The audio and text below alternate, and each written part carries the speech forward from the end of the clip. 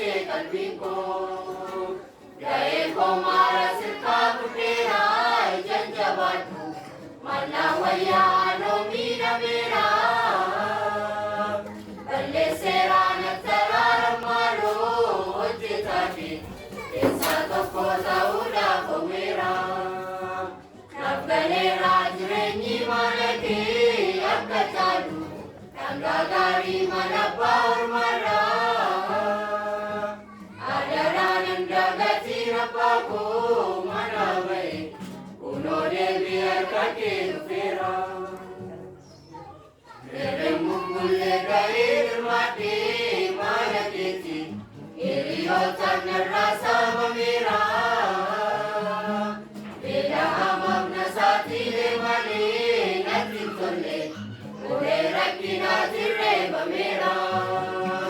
Murtogone manake filate marabapo karbichake taensi bocheta.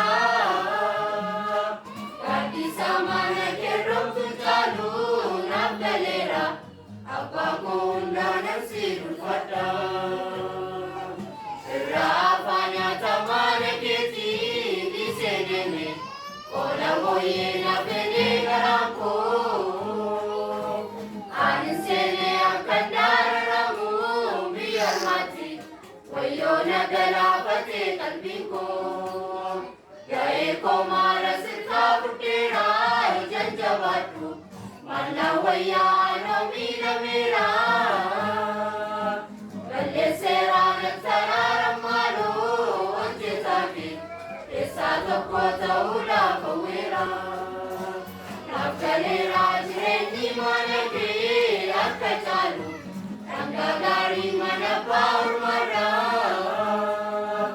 Adarananda gatirapako manavai unode biar kake fera. Anisware rakkada simatu nyara gurte naninjattu situnar kavale. Amallike takkaticiramu nasundeta nadeviste namase nambade. Akkasanga vadarajavade deve miti jalallike malin safarama. Anga pera badi koyarete siya pera ammani mosi panararama. Rafanya tamana keti di sedeme ora boye na pele garamko. Anisene akandaramu biar mati wayo nagalapate kalbinko. Gaye ko marasil ka putera janjabatu malawayano mina mera. Balle serana tararamalu ojitati esa toko sauda komera. Nabbale rajrenyi malake akkachalu tanggagari manappa urmara.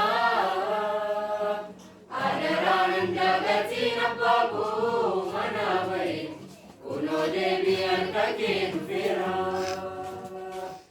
Rafanya tamana keti di sedeme ola boye na pele garamko.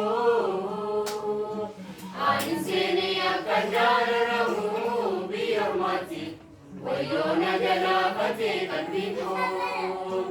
Gaye ko marasil ka putera janjabatu malawayano mina mera. Balle serana tararamalu ojitati esa toko sauda komera. Nabbale rajrenyi malake akkachalu tanggagari manappa urmara. Adarananda gatirapako manavai unode biar kake